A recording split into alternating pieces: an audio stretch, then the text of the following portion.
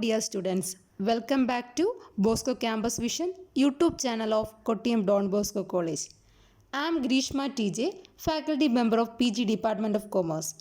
Today, I am here with the paper Strategic Management, which is a co-paper for Semester 6 BCom Tax Procedure and Practices students under Kerala University.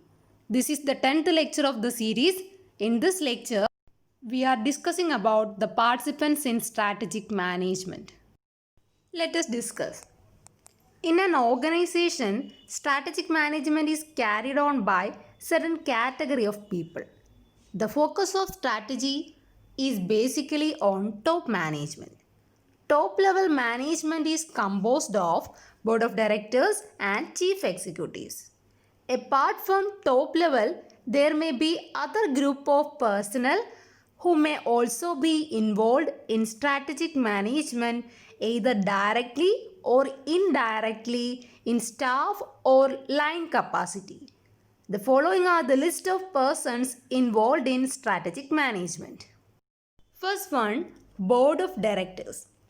Board of Directors constitute the members elected by the shareholders to manage the affairs of the organization subject to provisions of the Memorandum of Association and Articles of Association of the company, as well as various provisions of the Companies Act 1956. The functions and responsibilities of the board are differing depending upon the composition of the board and relationship with the company. In strategic management, the role or functions of board of directors are as follows. Strategic management എന്ന് പറയുന്ന function carry ചെയ്യുന്നത് top level management ആണെന്ന് നമുക്കറിയാം. അങ്ങനെയുള്ള top level മാനേജ്മെൻറ്റിൽ included ആയിട്ടുള്ള persons ആണ് board of ഡയറക്ടേഴ്സും chief എക്സിക്യൂട്ടീവ്സും ഒക്കെ. ഇപ്പോൾ സ്ട്രാറ്റജിക് മാനേജ്മെൻറ്റിൽ പാർട്ടിസിപ്പേറ്റ് ചെയ്യുന്ന ഫസ്റ്റ് പാർട്ടിസിപ്പൻ്റ് ആണ് ബോർഡ് ഓഫ് ഡയറക്ടേഴ്സ്. ഒരു ഓർഗനൈസേഷനിൽ ബോർഡ് ഓഫ് ഡയറക്ടേഴ്സിനെ ഇലക്ട് ചെയ്യുന്നത് ഷെയർ ഹോൾഡേഴ്സാണ്. ഷെയർ ഹോൾഡേഴ്സ് തീരുമാനിക്കുന്ന ആൾക്കാരായിരിക്കും ബോർഡ് ഓഫ് ഡയറക്ടേഴ്സിൽ ഉണ്ടാവുക. ബോർഡിൻ്റെ ഫങ്ഷൻസും റെസ്പോൺസിബിലിറ്റീസും ഓരോ കമ്പനിയിലും വ്യത്യസ്തമായിരിക്കും. എന്തൊക്കെ റോൾസ് അല്ലെങ്കിൽ ഫങ്ഷൻസ് ആണ് ബോർഡ് ഓഫ് ഡയറക്ടേഴ്സിന് ഉണ്ടായിരിക്കേണ്ടതെന്ന് നമുക്ക് നോക്കാം. അതിൽ first one, acting as trustee of shareholders. ഷെയർ ഹോൾഡേഴ്സിൻ്റെ ട്രസ്റ്റി ആയിട്ട് ആക്ട് ചെയ്തിരിക്കണം. രണ്ടാമത്, determination of basic objectives and policies of the concerned organisation. ഓർഗനൈസേഷൻ്റെ പോളിസീസും ഓബ്ജക്റ്റീവ്സും ഒക്കെ ഡിറ്റർമിൻ ചെയ്യുന്ന ജോലിയും ബോർഡ് ഓഫ് ഡയറക്ടേഴ്സിൻ്റെതാണ്. ഫസ്റ്റ് പറഞ്ഞത് ഷെയർ ഹോൾഡേഴ്സിൻ്റെ ട്രസ്റ്റി ആയിരിക്കണം. ഓർഗനൈസേഷൻ്റെ ഓബ്ജക്റ്റീവ്സും പോളിസീസും ഒക്കെ ഫോർമുലേറ്റ് ചെയ്യുന്നതും ബോർഡാണ്. മൂന്നാമത്തത്, selection of top executives and fixing of the concerned organisation structure. ഓർഗനൈസേഷൻ്റെ സ്ട്രക്ചർ ഫിക്സ് ചെയ്യുകയും ടോപ്പ് എക്സിക്യൂട്ടീവ്സിൻ്റെ സെലക്ഷനും ബോർഡ് ഓഫ് ഡയറക്ടേഴ്സിൻ്റെ ഫംഗ്ഷനാണ്. അടുത്ത റോളാണ് approval of financial matters concerning the organisation. നമ്മുടെ ഓർഗനൈസേഷനിലെ ഫിനാൻഷ്യൽ ആയിട്ടുള്ള കാര്യങ്ങളിന് അപ്രൂവൽ കൊടുക്കുന്നതും ഈ ബോർഡ് ഓഫ് ഡയറക്ടേഴ്സാണ്. Next, maintaining adequate check and control. പ്രോപ്പറായിട്ട് ഓരോ കാര്യത്തെയും ചെക്ക് ചെയ്യുകയും ആവശ്യമെങ്കിൽ കൺട്രോൾ ചെയ്യുകയും ചെയ്യുന്നത് ബോർഡ് ഓഫ് ഡയറക്ടേഴ്സിൻ്റെ ഫംഗ്ഷനാണ്. Next function is statutory functions as per the provisions of the companies act 1956. Companies act 1956 പ്രകാരമുള്ള പ്രൊവിഷൻസിനനുസരിച്ചുള്ള സ്റ്റാറ്റ്യൂട്ടറി ഫംഗ്ഷൻസ് നിർവഹിക്കുന്നതും ബോർഡ് ഓഫ് ഡയറക്ടേഴ്സാണ്. അപ്പോൾ നമ്മൾ പറഞ്ഞത് ഷെയർ ഹോൾഡേഴ്സിൻ്റെ ട്രസ്റ്റി ആയിട്ട് ആക്ട് ചെയ്യുന്നു. ഓർഗനൈസേഷൻ്റെ ഓബ്ജക്റ്റീവ്സും പോളിസീസും ഡിറ്റർമിൻ ചെയ്യുന്നതും ബോർഡ് ഓഫ് ഡയറക്ടേഴ്സാണ്. ടോപ്പ് എക്സിക്യൂട്ടീവ്സിനെ സെലക്ട് ചെയ്യുന്നതും ഓർഗനൈസേഷൻ്റെ സ്ട്രക്ചർ ഫിക്സ് ചെയ്യുന്നതും ബോർഡ് ഓഫ് ഡയറക്ടേഴ്സാണ്. ഓർഗനൈസേഷൻ്റെ ഫിനാൻഷ്യൽ മാറ്റേഴ്സിന് അപ്രൂവൽ കൊടുക്കുന്നത് ബോർഡ് ഓഫ് ഡയറക്ടേഴ്സാണ്. അതുപോലെ തന്നെ ആഡിക്വേറ്റ് ചെക്ക് ആൻഡ് കൺട്രോളിനെ മെയിൻറ്റെയിൻ ചെയ്യുന്നതും നമ്മൾ എടുത്തിരിക്കുന്ന ഡിസിഷൻ പ്രോപ്പറായിട്ടാണോ പ്രോപ്പർ വേയിലാണോ പോകുന്നതെന്ന് ഇടയ്ക്കിടയ്ക്ക് ചെക്ക് ചെയ്യുന്നതും ബോർഡ് ഓഫ് ഡയറക്ടേഴ്സാണ്. അതുപോലെ കമ്പനീസ് ആക്ട് 1956 പ്രൊവിഷൻസിനനുസരിച്ചുള്ള സ്റ്റാറ്റ്യൂട്ടറി ഫങ്ഷൻസും ബോർഡ് ഓഫ് ഡയറക്ടേഴ്സിൻ്റെ ഫങ്ഷൻസിലുള്ളതാണ്. Second participant in strategic management is Chief Executives.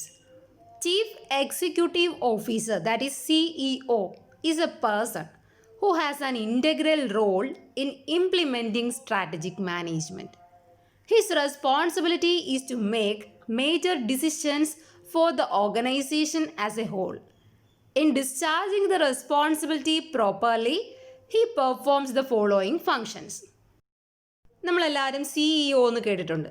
എന്താണ് സിഇയുടെ full form? Chief executive officer. ഒരു ഓർഗനൈസേഷനിൽ സ്ട്രാറ്റജിക് മാനേജ്മെൻ്റ് എല്ലാം ഇംപ്ലിമെൻറ്റ് ചെയ്യുന്നത് ഈ ചീഫ് എക്സിക്യൂട്ടീവ് ഓഫീസറാണ്.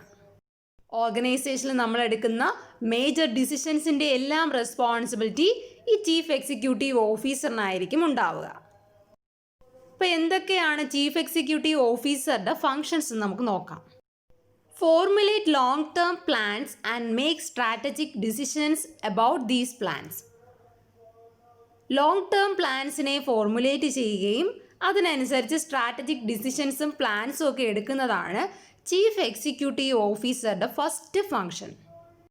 Next function is provides guidance and direction to various functionaries in the organisation. ഓർഗനൈസേഷനിൽ ആരൊക്കെ വർക്ക് ചെയ്യുന്നുണ്ടോ അവർക്ക് ആവശ്യമായിട്ടുള്ള ഗൈഡൻസും ഡയറക്ഷൻസും ഒക്കെ കൊടുക്കുക എന്നുള്ളതാണ് ചീഫ് എക്സിക്യൂട്ടീവ് ഓഫീസറുടെ അടുത്ത ഫംഗ്ഷൻ. ഫസ്റ്റ് പറഞ്ഞത് ലോങ്-ടേം പ്ലാൻസിനെ ഫോർമുലേറ്റ് ചെയ്യുകയും അതിനനുസരിച്ച് സ്ട്രാറ്റജിക് ഡിസിഷൻസും പ്ലാൻസും ഒക്കെ എടുക്കുന്നതാണ് ഫസ്റ്റ് ചീഫ് എക്സിക്യൂട്ടീവ് ഓഫീസറുടെ ഫംഗ്ഷൻ. സെക്കൻഡ് നമ്മൾ പറഞ്ഞത് ഓർഗനൈസേഷനിൽ ആരൊക്കെ ഫങ്ഷണറീസ് ആയിട്ടുണ്ടോ അവർക്ക് ആവശ്യമായിട്ടുള്ള ഗൈഡൻസും ഡയറക്ഷൻസും ഒക്കെ കൊടുക്കുന്നതും ചീഫ് എക്സിക്യൂട്ടീവ് ഓഫീസറുടെ ഫംഗ്ഷനാണ്. Next one, integrates the effort of various departmental heads. ഒരു ഓർഗനൈസേഷനിൽ ഒരുപാട് ഡിപ്പാർട്ട്മെൻറ്റ്സ് ഉണ്ട്. പർച്ചേസ് ഡിപ്പാർട്ട്മെൻ്റ് ഉണ്ട്, സെയിൽസ് ഡിപ്പാർട്ട്മെൻ്റ് ഉണ്ട്, ഫിനാൻസ് ഡിപ്പാർട്ട്മെൻ്റ് ഉണ്ട്, മാർക്കറ്റിംഗ് ഡിപ്പാർട്ട്മെൻ്റ് ഉണ്ട്, പേഴ്സണൽ ഡിപ്പാർട്ട്മെൻ്റ് ഉണ്ട്. അങ്ങനെ ഒരുപാട് ഡിപ്പാർട്ട്മെൻറ്റ്സ് ഉണ്ട്. ആ ഡിപ്പാർട്ട്മെൻറ്റൽ ഹെഡ്സിൻ്റെ എഫേർട്ടുകളെയെല്ലാം ഇൻ്റഗ്രേറ്റ് ചെയ്തുകൊണ്ട് ആ ബിസിനസ് നടത്തിക്കൊണ്ടു പോകുന്നത് ചീഫ് എക്സിക്യൂട്ടീവ് ഓഫീസറുടെ ഫംഗ്ഷനാണ്. Next function, perform staffing function by appointing senior personnel in the organisation. ഓർഗനൈസേഷനിൽ ആവശ്യമായിട്ടുള്ള സീനിയർ പേഴ്സണലിൻ്റെ ആവശ്യമുണ്ട് എങ്കിൽ അവരെ സ്റ്റാഫിംഗ് ഫംഗ്ഷൻ പെർഫോം ചെയ്യാൻ വേണ്ടി അപ്പോയിൻറ്റ് ചെയ്യുക. Next function, ensure that actual work is going on according to plans. നമ്മൾ എടുത്തു വച്ചിരിക്കുന്ന പ്ലാൻസിനനുസരിച്ചാണ് നമ്മുടെ ഓർഗനൈസേഷൻ വർക്ക് ചെയ്യുന്നതെന്നുള്ളത് ഉറപ്പാക്കേണ്ടതും ചീഫ് എക്സിക്യൂട്ടീവ് ഓഫീസറുടെ റോളാണ്. ദെൻ അടുത്തതാണ് maintains better relations with various agencies in the society. Organisation സൊസൈറ്റിയിലുള്ള മറ്റുള്ള ഏജൻസീസുമായിട്ട് നല്ലൊരു റിലേഷൻഷിപ്പ് ഉണ്ടായിരിക്കണം. എപ്പോഴും സൊസൈറ്റിയുമായിട്ട് നല്ലൊരു റിലേഷൻഷിപ്പ് നമ്മുടെ ഓർഗനൈസേഷൻ മെയിൻറ്റെയിൻ ചെയ്യേണ്ടത് അത്യാവശ്യമാണ്. ഇതാണ് 6 ഫങ്ഷൻസ് ചീഫ് എക്സിക്യൂട്ടീവ് ഓഫീസേഴ്സിന് ഉള്ളത്. Next participant, corporate planning staff. Corporate planning division undertakes facilitating functions for the smooth performance of strategic management functions. They function as staff capacity and not directly participate in the strategic decision making but helps in arriving decisions. The major role or functions of corporate planning divisions are as follows. First function, assisting the CEO in formalizing and updating. Corporate planning സ്റ്റാഫിൻ്റെ main function എന്ന് പറയുന്നത് സിഇഒയെ assist ചെയ്യുക എന്നുള്ളതാണ്. Second one, providing continuous staff input that will assist the chief executives. എല്ലാ കാര്യത്തിലും chief executive ഓഫീസേഴ്സിനെ assist ചെയ്യുക. അതുപോലെ തന്നെ സ്റ്റാഫ് ഇൻപുട്ട് ആവശ്യമായിട്ടുള്ള സ്റ്റാഫിനെ പ്രൊവൈഡ് ചെയ്യുക ചീഫ് എക്സിക്യൂട്ടീവ് ഓഫീസേഴ്സിന്. അതും കോർപ്പറേറ്റ് പ്ലാനിംഗ് സ്റ്റാഫിൻ്റെ ഫംഗ്ഷനാണ്. Next one, identifying the new business opportunities to which the business should devote resources. ഓർഗനൈസേഷൻ്റെ ബിസിനസ് ഓപ്പർച്യൂണിറ്റീസിനെ എന്തൊക്കെയാണ് പുതിയ ബിസിനസ് ഓപ്പർച്യൂണിറ്റീസ് എന്നുള്ളത് ഐഡൻറ്റിഫൈ ചെയ്യുക എന്നുള്ളതാണ് അടുത്ത function of corporate planning staff.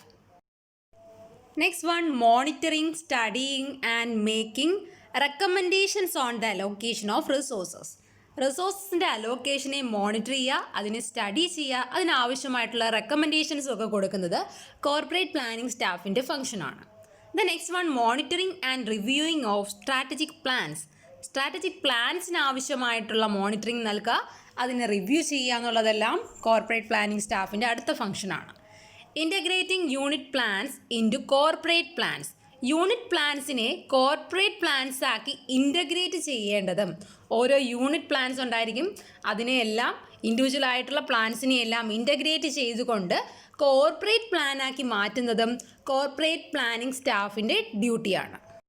Next function is maintaining a corporate intelligence and monitoring the performance of operating units and divisions. Corporate ഇൻ്റലിജൻസിനെ maintain ചെയ്യുകയും ഓപ്പറേഷൻ യൂണിറ്റ്സിനെ അല്ലെങ്കിൽ ഓപ്പറേറ്റിംഗ് ഡിവിഷൻസിൻ്റെ പെർഫോമൻസിനെ മോണിറ്റർ ചെയ്യുക എന്നുള്ളതാണ് കോർപ്പറേറ്റ് പ്ലാനിംഗ് സ്റ്റാഫിൻ്റെ അടുത്ത ഫംഗ്ഷൻ. അപ്പോൾ these are the functions of corporate planning staff in strategic management. Next participant in strategic management is other managers. Other managers are those who are senior managers who come after CEO that participate in strategic management process. In single SBU, functional managers fall in this category, and in a multiple organization, SBU heads come under this category. Top level മാനേജ്മെൻറ്റിൻ്റെ ഫംഗ്ഷനാണ് strategic management. അപ്പം CEO കഴിഞ്ഞാൽ പിന്നെ വരുന്ന മാനേജേഴ്സിനെയാണ് other മാനേജേഴ്സിൽ നമ്മൾ പറയുന്നത്. Single SBUയിൽ functional managers എല്ലാം ഈ കാറ്റഗറിയിൽ പെടുന്നതാണ്. മൾട്ടിപ്പിൾ ഓർഗനൈസേഷൻ ആണ് എങ്കിൽ SBU വരുന്ന ഹെഡുകളെയെല്ലാം ഈ കാറ്റഗറി അതർ മാനേജേഴ്സിൻ്റെ കാറ്റഗറിയിൽ നമുക്ക് ഇൻക്ലൂഡ് ചെയ്യാം. അവരും സ്ട്രാറ്റജിക് മാനേജ്മെൻറ്റിൻ്റെ പാർട്ടിസിപ്പൻസ് ആണ്. Then the fifth participant in strategic management is consultants. Consultancy firms are independent units which are engaged in providing professional service by especially trained and experienced persons to advise and assist managers and administrators to improve their performance and effectiveness. They provide assistance in different areas of management. Another participants in strategic management ആണ് consultants. ഓരോ consultancy ഫേംസും independent യൂണിറ്റുകളാണ്. Professional service provide ചെയ്തുകൊണ്ട് ട്രെയിൻഡും എക്സ്പീരിയൻസും ആയിട്ടുള്ള പേഴ്സൺസിനെ professional service provide ചെയ്യുകയും മാനേജേഴ്സിനും അഡ്മിനിസ്ട്രേറ്റേഴ്സിനെയും advice ചെയ്യുകയും അസിസ്റ്റ് ചെയ്യുകയും അതുവഴി അവരുടെ പെർഫോമൻസും ഇഫക്റ്റീവ്നെസ്സും ഇംപ്രൂവ് ചെയ്യുക എന്നുള്ളതാണ് കൺസൾട്ടൻസി ഫേംസിൻ്റെ ഉദ്ദേശം. മാനേജ്മെൻറ്റിൻ്റെ എല്ലാ ഏരിയാസിലും ഡിഫറെൻറ്റ് ഏരിയാസിലും കൺസൾട്ടൻസിയുടെ അസിസ്റ്റൻസ് പ്രൊവൈഡ് ചെയ്യാറുണ്ട്. അപ്പോൾ these are the participants in strategic management: board of directors, chief executive officers, corporate planning staff, other managers and consultants. Okay, my dear students, this is all for today's session. Do homework and send me back through WhatsApp. Thank you for listening.